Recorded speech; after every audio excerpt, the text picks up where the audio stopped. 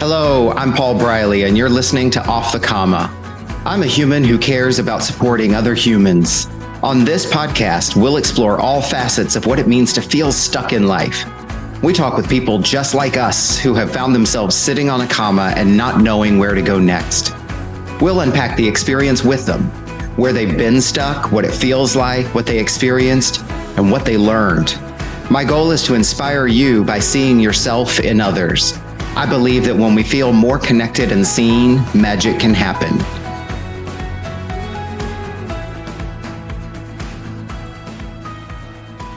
I am so excited for this week's episode because I'm interviewing, all of my guests are special. I always say I'm interviewing a very special person. Every single person is special.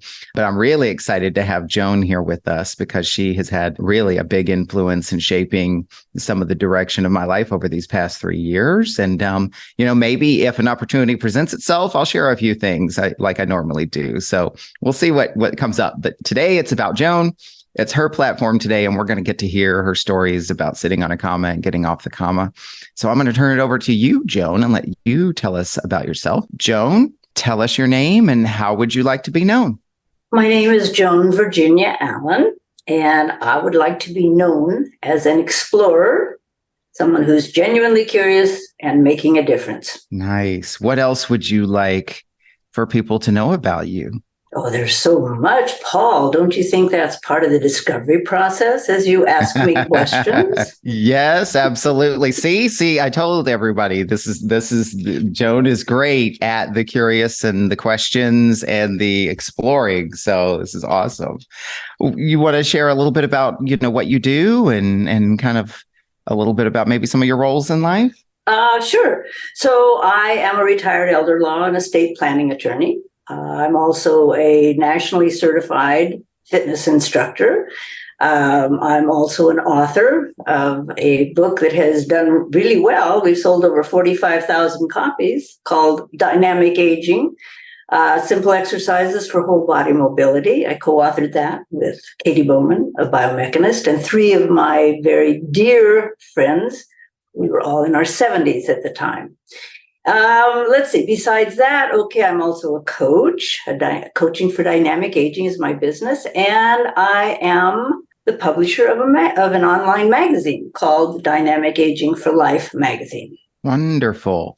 And one thing I know about you and want to acknowledge you for is that you really live a full life. I know one of the premises of this podcast is that we're not necessarily interviewing celebrities or famous people because, we're interviewing people, everyday people. And what I know about you and what I appreciate about you and acknowledge you for is we're all at different stages of our lives, based on, years, this arbitrary way that we measure lifespans, right? And yet your life is always so full. There's so many things that you're doing with the gift of the life that you've been given. So I want to acknowledge you for that. And also just Thank you. To hell with it, I'm going to compliment you for that as well. Thank you. Because you're a model for me too. I will say when I first met you a couple of years ago, the first thought that came to me is I can be her at some point. Like I literally, the longevity of my family, like you're somebody that I look at. It's like, well, I should be paying attention because I may be in this era that, this time as well. So I love it. I love every bit of it. Selfishly, I'm going to say it. Okay. Well, thank you. I appreciate the acknowledgement. Well, let's jump in. As always, you and I have not talked about, you haven't shared with me what you're going to be sharing with all of us today. So I'm very excited to hear your story and learn about your journey. And obviously, we're going to be using the same 5 questions like we do with every guest. But before we do that, I love to always start with, what is your intention for yourself today on this podcast? Yes, I quite love that question. When I listen to the podcast, I'm very excited to hear that. So when I thought about what my intention is for today, I want to get people excited about changing the paradigm of aging. When you say I want to get people excited about the changing the paradigm of aging, and if this broaches on your story today, then just tell me. But my question is, why? Why is that important to you? Ha! You see, your coach training has paid off. That's the first question, always, and the best question. Why is it important to me? I guess because what I noticed when I turned 60 was that people, society seemed to feel like there was a point at which, a magic age, let's say, at which it began to go downhill. And for different people, it's different. You know, I was telling my husband this morning that at 30, I remembered a friend receiving a black balloon, congratulating her on turning 30. Wow. Okay. Anyway, I noticed that there was this tendency to go downhill, but I was really fortunate because I read this incredible book called We Live Too Short and Die Too Long by a medical doctor and professor at Stanford University. And basically, he set forth the premise that medically, physiologically, at birth, we have the potential to live healthy, active, and productive to over 100, well over 100. So when my husband and I talked about this and about adopting this as our premise for going forward, we decided that we would live healthy, active, and productive to 120. Now, we knew that there was no guarantee, but just the sheer act of looking ahead as if we were going to live that long totally changed all of our perceptions about aging. And so that has been my focus. And it's something that I call dynamic aging. Dynamic means different things to different people.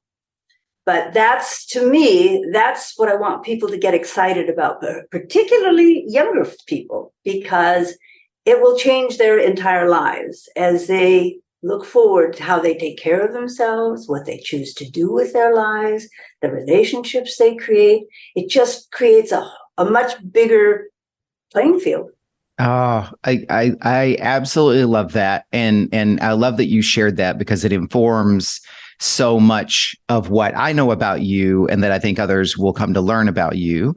And I'll build on what you said because I too have had, I think, honestly, since meeting you, and then that got the wheels turning, I've had these realizations over the past couple of years where it's like, you know, my grandfather was 94 when he passed away and still had his driver's license legally.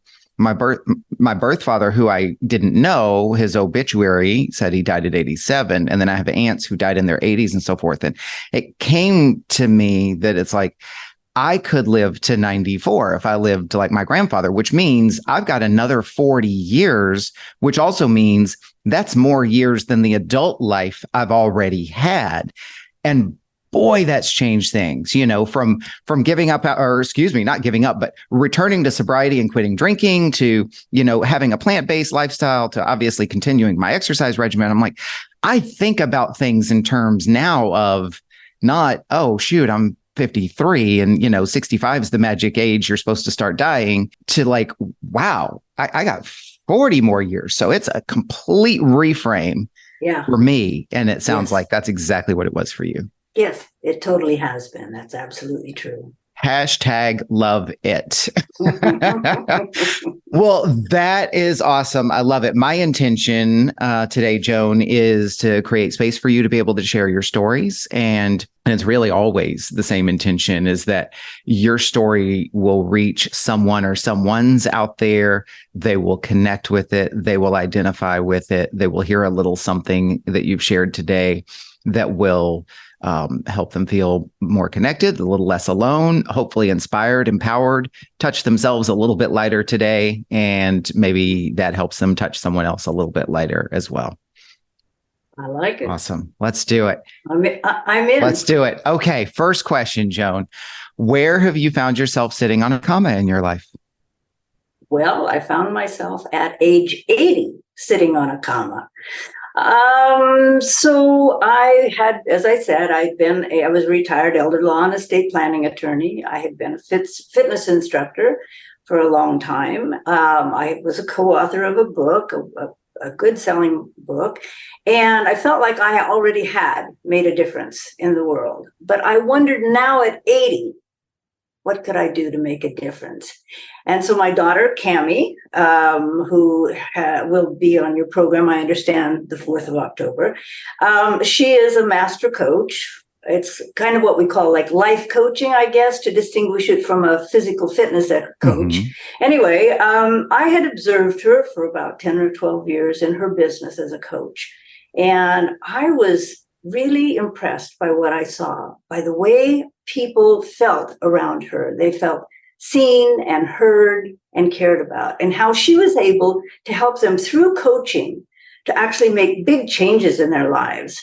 And I thought, this looks like something I would really like to do. And so I went to her at the end of 2018 and I said, Cammie, when I grow up, I think I'd like to be like you. So do you think you could teach me to be a coach?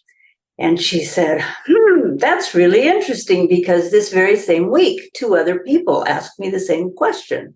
She said, I've been toying with the idea of starting a coach training program. I'm going to look into that more closely. And sure enough, January 2019, she started her Transformative Coaching Essentials from McLaren Coaching.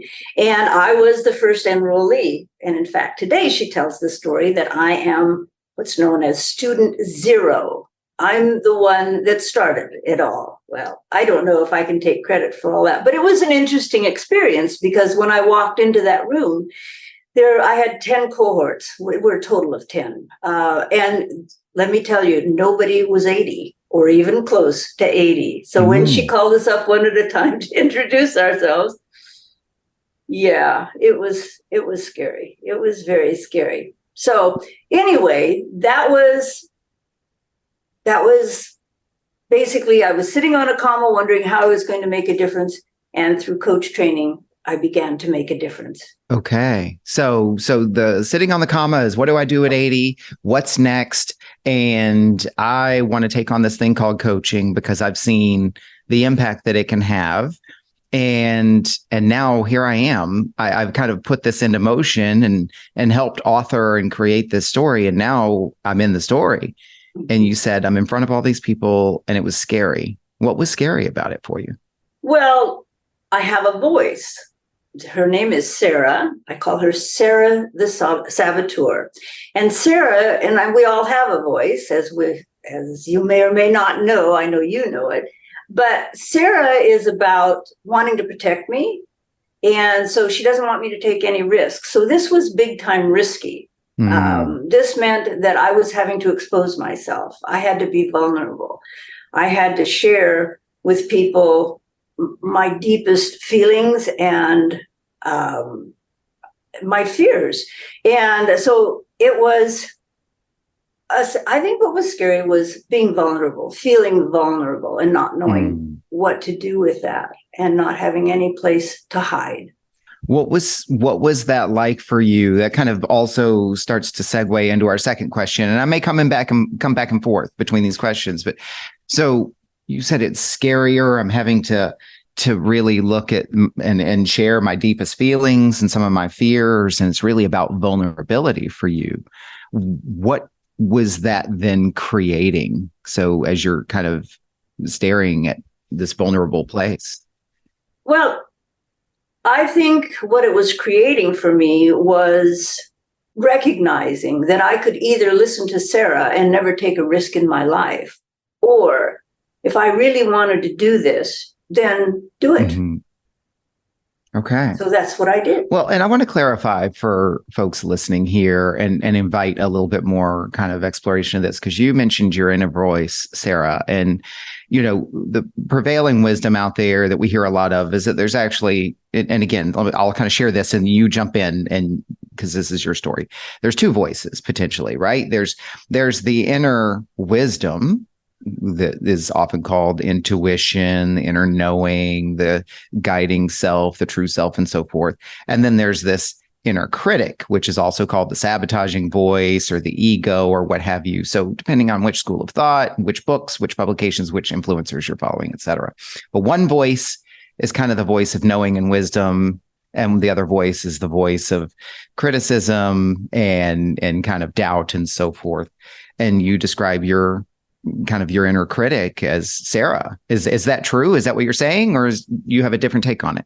I think we do have a voice of wisdom, but I think for me, I was too quick to believe that this voice was my inner voice of wisdom. When I recognized through coach training, when I actually recognized the sabotaging voice and could see that it was coming from fear, it was fear-based, and that it was there to protect me, but that it would keep me from ever doing anything, ever taking a risk or taking a chance, then I realized, well, I'm not going to wait around for my voice of wisdom, wherever it might be. Instead, I'm going to let go of that sabotaging voice, and I'm going to focus on what it is I want to do. And I knew I wanted to become a coach. And so I let go of that and moved ahead. Yeah. Well, and I'm going to self-reference here, but I could even argue or make a case for that the knowing to set aside the sabotaging voice was actually the inner wisdom whispering to us, right? Because the inner wisdom is usually the quieter, the whisper, right? I would agree. So here's what I'm curious about, Joan. So you had at this point in your life already written a book. You'd already been, a trainer and a physical fitness coach and all of these other things, and an accomplished professional and so forth. It seemed like you were already familiar with risk. What was so risky about this next step? It was something I didn't know anything about. Like when I decided to become an attorney in my 40s, I knew what I was facing. I knew what it meant to go to law school. I knew what it meant to pass the bar. I knew what it meant to work as an attorney, as much as you can. As far as coaching, it's interesting. When I decided to start the coach training, I had my first coaching session with Cammie. Believe it or not, my own daughter had never coached me. And I thought I knew what coaching was. In fact, both of my daughters are coaches. And but they had never coached me. I had never asked for coaching. And so I didn't really know what I was getting into. And the more I got into it, the more I wondered. Like, yes, again, my sabotaging voice kept saying, "You're too old. You're not grasping this. You don't understand what's going on. You're not going to be able to be a coach. This isn't going to work for you. You can't do this. You're too old." So it was really, the coach training was literally transformative for me because it helped me identify that negative voice, that sabotaging voice. It helped me to determine what my purpose in life is. And it gave me the strength and the tools to actually complete what I had started, to become a coach. And interestingly enough, I had never planned to be a coach. All I wanted was to learn more about myself so that I could get off this comma at 80. But Cammie offered, after coach training was completed, she offered another coaching session for people who had graduated to coach on a weekly basis about starting their own business. And of course, I'm so curious, I couldn't pass it up. And as I sat through that and listened to starting a business, I kept thinking to myself, I think this is how I can make a difference, because I have a unique niche in that, nobody in the world is 80. And so nobody is a coach at 80. And so I think I might have something to offer to people to get them excited about dynamic aging by facilitating them as a coach. Yeah. Yes. And there's something within what you just shared. So I'm going to take a liberty here of kind of reflecting something back to you. And by all means, as always, if I misstate something or if I didn't get something quite accurately, correct me. But I had asked you what was the risk, and you said doing something I didn't know anything about. And then this sabotaging voice was telling you all these messages. You go into this, and a lot of times when people make that big leap, there is this belief that, by taking that big risk, now there's this big reward. What I heard you describe is I take the big risk, I get on the other side of it, and now it's almost a little bit scarier because this voice is surfaced. And yet you kind of, you endured and you went through the training and you learned about the sabotaging voice. And then you said something about, I went into this to learn more about myself. And it sounds like that's exactly what you did. It sounds like you faced that sabotaging voice. I did. I hadn't realized how prevalent Sarah had been throughout my life. And it has opened up so many doors to me to recognize when I'm fearful of doing something, of taking a risk, making a change, to take a look and say, wait a minute, who's talking here? What are some ways? Give us an example or two, if you don't mind, if you can think of any. Yeah. So when I started publishing our magazine, which I'd like to tell the story of that also. When I started publishing, I had never, first of all, I am absolutely anti-technology. My husband is an IT person and he handles all my technology for me. So when I decided, I thought I wanted to publish an online magazine. Oh, good grief. I had no idea what I was getting myself into.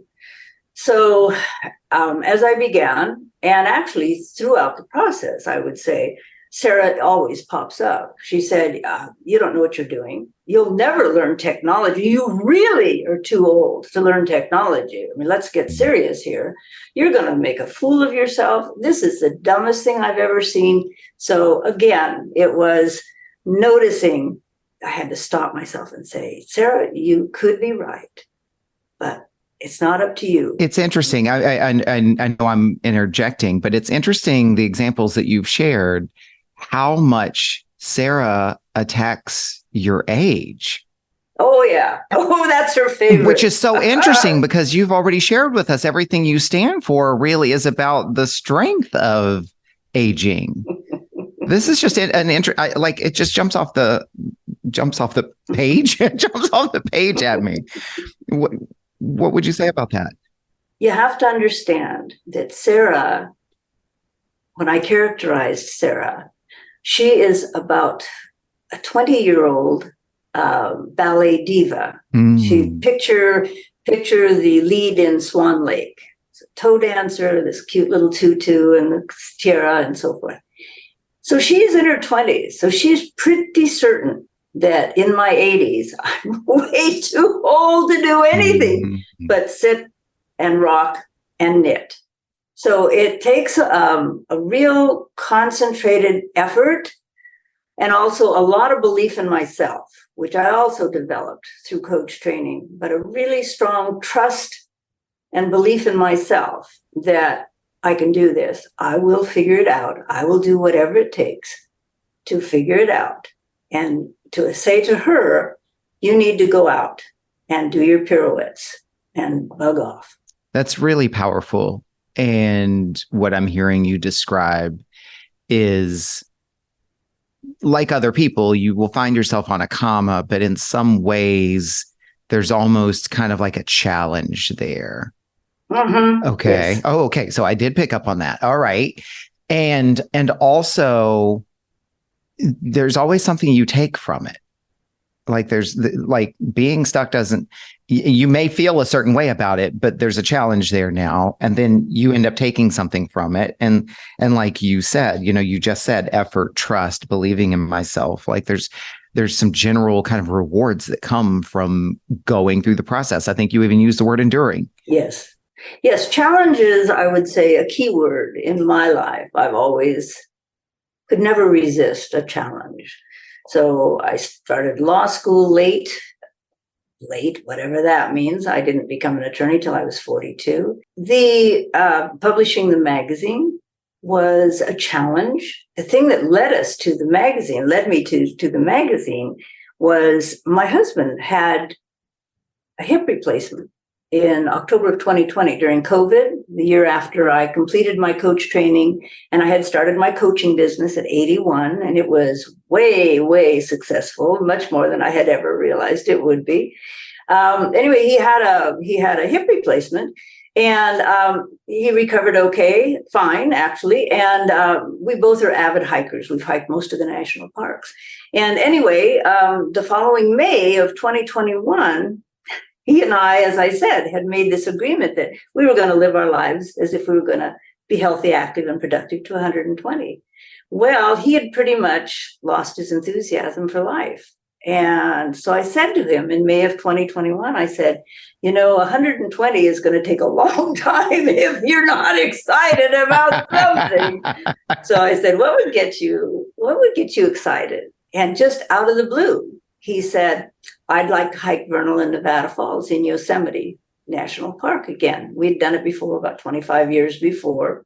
And I said, seriously, that's what you want to do? Because this is a really, really strenuous hike straight up alongside of two waterfalls. And so we trained for a year. I asked him first, why is it important to you? Because what I've learned through coaching, if nothing else, is that it's very important to know your why, your purpose, why you're doing something. That when the going gets tough, it's only by knowing what your why is that it will keep you going. The how will come along, but it's the why.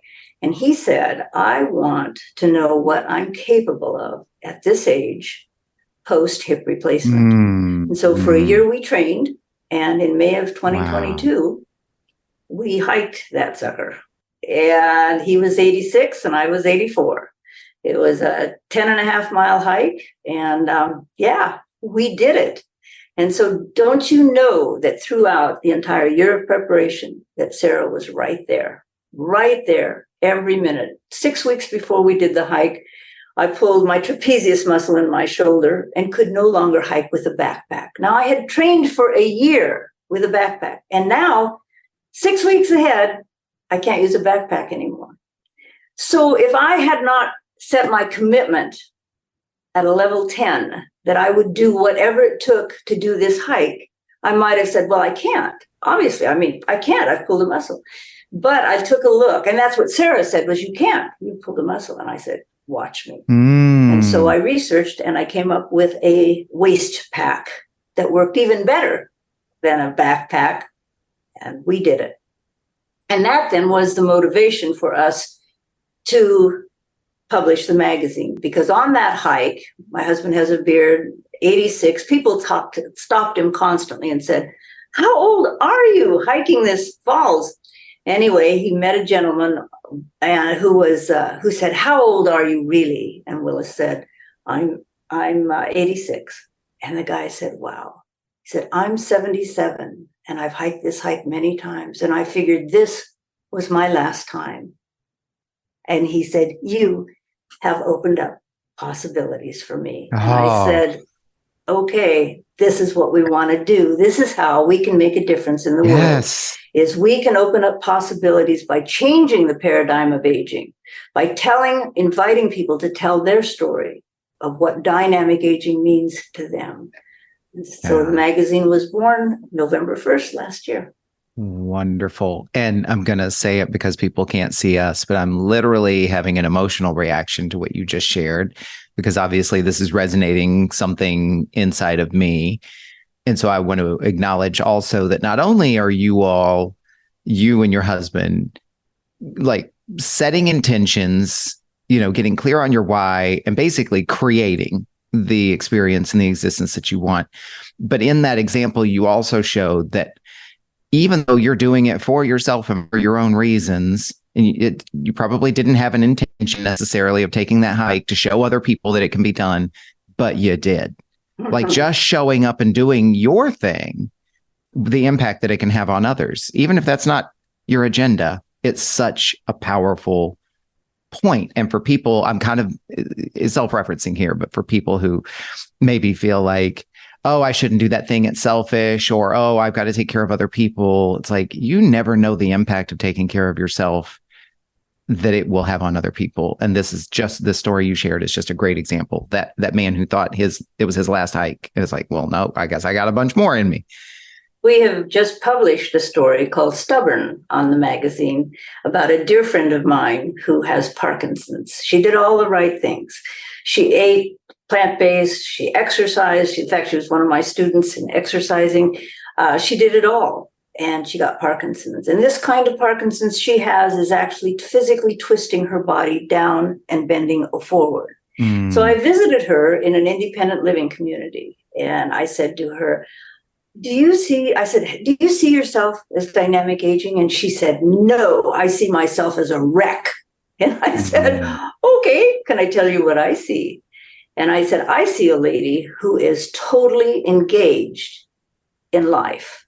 So her story, I finally talked her into writing her story about how, with this debilitating disease, she stays actively engaged in her life in Mm-hmm. so many ways. And so that's the thing. What you said is that people thinking about, well, I don't want to, I can't risk this, or I don't have anything left to give because I'm handicapped this way or that way or whatever. No, it's more of an attitude. It's more of a state of being or a way of being. It's a choice saying, I'm going to stay involved to whatever extent I can. I'm going to do whatever it takes. This gives us a great opportunity to do a little bit of a deep dive in something here, because you said it's a state of mind, it's a choice, and I would say which is followed by what can be very difficult actions. And I'm going to leap backwards for a minute, because you've shared with us very honestly about Sarah, your sabotaging voice. And you've mentioned a number of times about how rather than engage with her, you've challenged her. So this is the question that I think will really help a lot of people.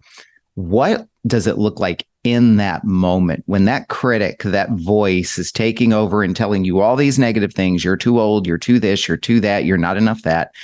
What does it look like for you to actually challenge that voice? Because people say all the time, oh, you overcome the inner critic and everything.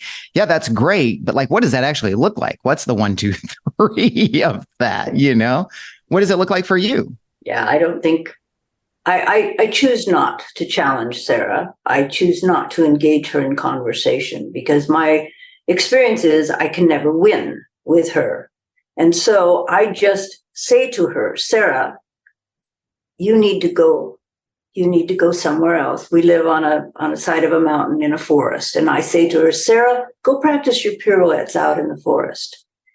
And then I take a look with Sarah out of my way. Then I focus on what is it? What's the next thing I would do if she wasn't here? If that negative voice wasn't here, what's the next thing I would do? And that's what I do. I think that's really powerful. And I think that's a really good thing for folks maybe to take into their journal prompts is, first of all, how do you recognize that negative voice? Then rather than engage it, rather than get caught up in dialogue with it, how do you acknowledge and direct it and move away from it? Yeah, very definitely. I think the key, though, is becoming aware of it because it feels like, it feels like my voice of wisdom. Yeah. I mean, come on, you're 85 now. Aren't you really too old to do all this stuff? And so for a few minutes, I'll think, oh, wow. And then I'll think, wait a minute, Sarah, you rat, out with you immediately. Yeah, it's so powerful. And that seems like that's one of the biggest kind of hacks or tricks or whatever you want to call it, right? Is not because so many, I'll speak from my own experience. I can't speak for anyone else, is often that voice slides in and then I catch myself. If I catch myself, it's often long after that voice has been driving us down the road. Like Yes. I may not always get good at like, oh, I saw you walk in the room. You're not going to open your mouth, but we don't have to be, 6 miles down the road before I finally realize I'm being driven. One thing I found that helps is if I notice that I'm feeling bad. So currently I'm writing my memoir and oh my word, Sarah, woohoo, is she busy? So what I noticed is if I'm writing and I feel bad, I feel like, oh man, this isn't going right. I don't know how to do this. This is too hard. And then I say, aha, I'm not feeling good about myself or about what I'm doing. Sarah, are you here? Of course she's here. And so that for me is the easiest, is just to check in with myself periodically when I'm doing something and say, how am I feeling about this? Doesn't mean that it isn't still challenging to write my memoir or to do whatever I'm doing, publish the magazine or coaching. It doesn't mean that it isn't still hard. I can acknowledge that.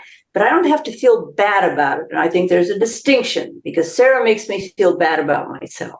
That's gold right there. That's wisdom. If you're feeling bad about yourself, question it. Question it. I love that.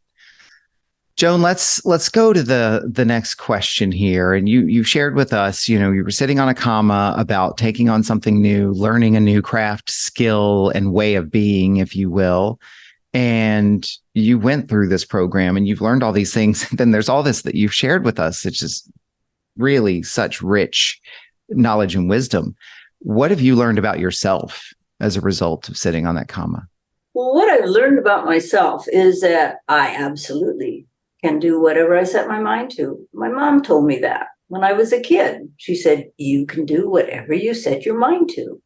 And I find that is still true. It doesn't mean that I don't have to adapt or find another way or be creative. It doesn't mean that it will look like I think it should look. I asked my husband, I said, what would have happened if you hadn't been able to do the hike when we set it? And he said, well, I would have just kept working at it until I did. And so I think that's what it is it's figuring out, like, not giving up because I couldn't use a backpack. It's finding another way. And so I think there are ways, if we're creative. I think that's what I've learned about myself, is that I'm very creative and that I'm very determined.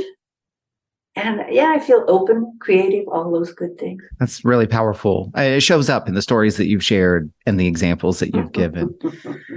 Joan, what would you say? I did want to clarify one thing. You said you reflected back that I was sitting on a comma looking for what to do next, but really I was looking for how to make a difference. Oh, thank you for that clarification. Yeah, yes. Because I know for me as a A-type personality, I'm always doing. But I wanted to go deeper than what can I do next. I wanted to figure out, how can I make a difference? Then, okay, that's perfect, because the next question is really what has changed for you as a result of this. And so maybe I'll ask you answer it how you choose to, but how have you made a difference? What has changed for you? I've opened up for myself a whole new world of possibilities. I think that's so important. I think that one of the most important things I've learned is that the coaching skills that we learned in coach training about listening and reflecting back and being genuinely curious about what it's like for our clients to be who they are and how they are.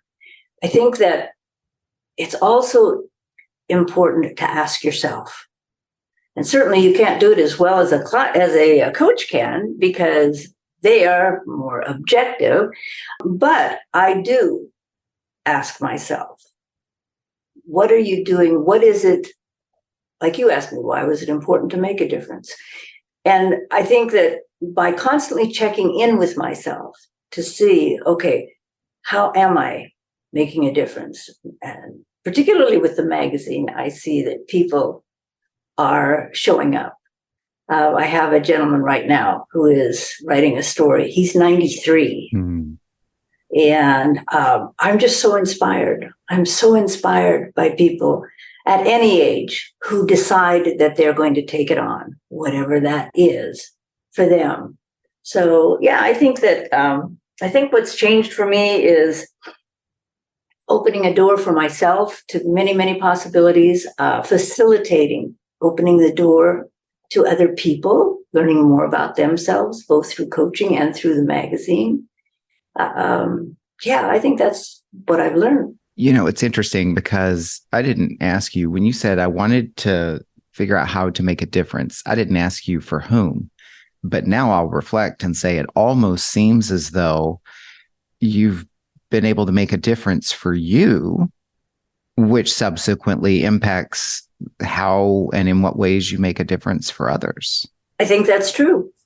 I think that's very definitely true. I think that's where making a difference starts. I think it has to start internally, because it seems like that's the only way that we have of really connecting with one another, is by first connecting with ourselves. It's really powerful.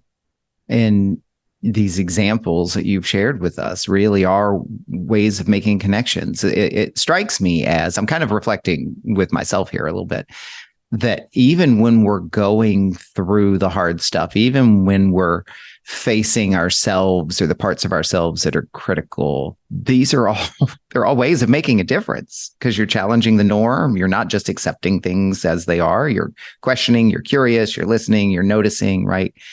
I think in my mind, often I equate making a difference with like this big grand gesture. I started a charity or did a big event or something like that. And the making of the difference is just exactly what it says, like not necessarily doing the same thing in the same way or expecting the same results, like those little bitty things every single day, the self-talk, the knowing your why, the determination to say, well, then I'll do it again and I'll do it again. It doesn't have to be one and done and right. The little thing is a big thing, and the big thing starts with little things. And I think the biggest little thing that I have found, the key for me to dynamic aging, is genuine curiosity. Mm-hmm. It's being genuinely curious about why is that important to me, and what is the difference that will make, and what makes me think that that's the way to go. That's just really insightful. I hate to ask the last question now, but I'm going to ask the last question because we're having such a good time. I don't know about you. I'm having a good time. Me too. What does getting off the comma look like for you? And that's a pretty open question. So I thought about that when I read that, and I thought, I think what synthesizes it best is what I just said, genuine curiosity. I think that when I discovered the skill of being genuinely curious through coach training, and then I began to apply it to everything in my life, to rather than looking at like deciding to hike the falls, rather than jumping at, oh my Lord, how are we going to do that? I mean, we're 83 and 85 when we started planning this. How are we going to do that? Rather than going there, to actually get genuinely curious and ask ourselves, why is this important to us? Why? Mm-hmm. Why do we want to do this? And each time we got injured, and each time it looked like it was too hard, we would go back to, why is this important to us? So I think that for me, getting off a comma is becoming genuinely curious. Yeah, I love that. And I can't leave and move on to the next thing until I ask that next question, which is, and what was your answer to that? When you and your husband were thinking about hiking the falls, and you were asking yourself, why is this important to us? What was your answer? My answer was very similar to his. I was genuinely curious to see what I was physically, mentally, and emotionally capable of at this age, because I knew I would be dealing with Sarah and her negativity. I knew I would be dealing with physicality that can be challenging. I knew that there were going to be bumps in the road. I knew that both of us were going to encounter hardships and challenges and want to quit. And so it was, I think it was important to us because we wanted to find out for ourselves what that was like. And we did. It was, I would say, physically, mentally, and emotionally, it was one of the hardest things we have ever done so far. And you're smiling. People can't see that, but you finished that statement and snapped right into a smile.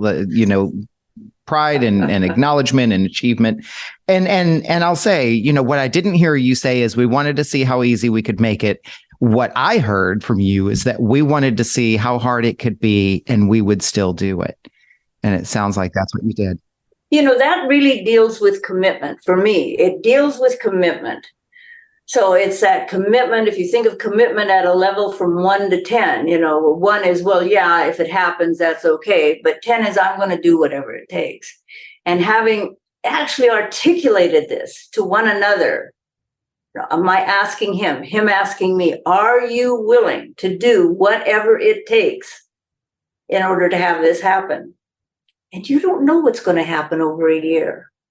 So that's a leap of faith. That is. And that's long thinking. And that's, I'm going to take a liberty here, but that's also something that the more tenured your life becomes, for me, the easier it becomes. Not easier, maybe that's not the right word. Anyway, I find myself, as I get further along in my lifespan, I'm more capable of thinking about things in longer terms. I used to be so like, oh, this needs to be done like right now. Or, if it takes 2 weeks, that's too long. I'm too impatient. Now I'm thinking about things right now that may not even bear fruit for 10 years. And it freaks me out because I'm okay with that. And I'm like, who the hell am I?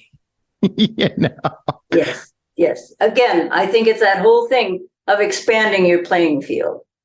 So if you know that that your intention is to live healthy, active, and productive, and you set an age, doesn't guarantee you'll get there, but it guarantees that you're going to live your life as if you'll get there. That's awesome. I love every bit of it. So, Joan, what would you acknowledge yourself for right now, given everything that you shared with us? I think I would like to acknowledge myself for being vulnerable and sharing that I get scared, and that's not what runs my life. I think that's the distinction. Is I think it's fine to be scared, to have fears and doubts and considerations at any age. But the trick is for me is not to let Sarah run my life. Yeah. I want to acknowledge you for showing us what walking towards it can do. That you've shared with us that it's okay to be scared, it's okay to be vulnerable. And I want to acknowledge you for showing us what it looks like to go towards it, to see what could happen, and to be open to any of the possibilities that can come from it. But you definitely have showed us what it's like to walk towards the fear. Great. Then my work is done here. Yes. Joan, tell us, where can people find you? Obviously, I'm going to put all the details in the show notes, but I would love for you to tell us, where can people find you if they want to learn a little bit more about you, or maybe even reach out to you? The easiest way is to email me at joan@dynamicagingforlife, the number 4 life.com. And also check out the magazine, Dynamic Aging for Life magazine.com. Great. And we will have that in the show notes. And can I also put your website? Yes, my coaching website, my business is Coaching Dynamic Aging, which is also found at dynamicagingforlife.com. Perfect. I also did want to acknowledge 2 very special people who have helped. I could never have done it without them in publishing the magazine, and that is our 2 marvelous editors, our coaching colleague, Sylvia Fox, and her husband, Michael Fitzgerald. They have just been, along with my husband, it has been the best team ever to work with and to create how we are making a difference in the world. I love that. And I really appreciate that acknowledgement, and I'm sure they will. And let's take it a step further, because I always invite my guests to acknowledge or to support or boost or uplift, give voice to anyone or any individual, cause, or organization that's important to them. So I believe you've got a couple of other acknowledgements you'd like to share with us as well. Yes. And I think it'll be no surprise, because both of them have contributed to our being able to hike. So one is the Ojai Valley Land Conservancy here in my hometown of Ojai, and the National Parks Foundation that keeps all of our national parks up and running. Nice. All right. And we'll have some descriptions and links in the show notes for that. Joan, it has been such a pleasure. And my final kind of acknowledgement, I said at the beginning, if an opportunity presented itself, I would share something about my experience with you. And now I will. And that is a coaching conversation we had very early on, where I was talking about some of the, frustrations and fears and so forth in my life and these different kind of avenues I was on. And you had kind of reflected something back to me. And I was talking about being in all of these different lanes. And you said, what if the lanes could merge? Mm-hmm. And that was, I think, 2.5 years ago. And here we are. I just wanted to let you know that you're sitting in the middle lane where all 3 lanes have actually come together. So you're on the other side of that comment 2.5 years ago and the impact that it's had. So thank you for that. Congratulations on taking that reflection back and running with it. Well, it reinforces exactly what you're saying is the power of curiosity and listening. And sometimes what you reflect back can have huge impact and ripple effects. So thank you. I would like to also acknowledge you for making a difference with your podcast. Thank you. Thank you very much. I'm very excited about this. Joan, it's been a pleasure. And thank you for being with us. I am very excited about this hitting the air, and you and I will be in touch again. Obviously, I get the pleasure of being able to stay in touch with you after the podcast. So have a wonderful weekend. Thank you, Paul. What an honor it is to witness these stories from these amazing human beings, and today's guest was no exception. I invite you to think about what you learned from this conversation. What stood out for you? What challenged you? What inspired you? And I encourage you to write it down in some form of journaling and reflection. I can't tell you how magical it can be to set aside your expectations and just let your thoughts flow out of your head and onto paper. You don't have to have an agenda. You don't have to do anything with it, but you can be amazed at what comes out of your thoughts and onto paper and what that can do for you.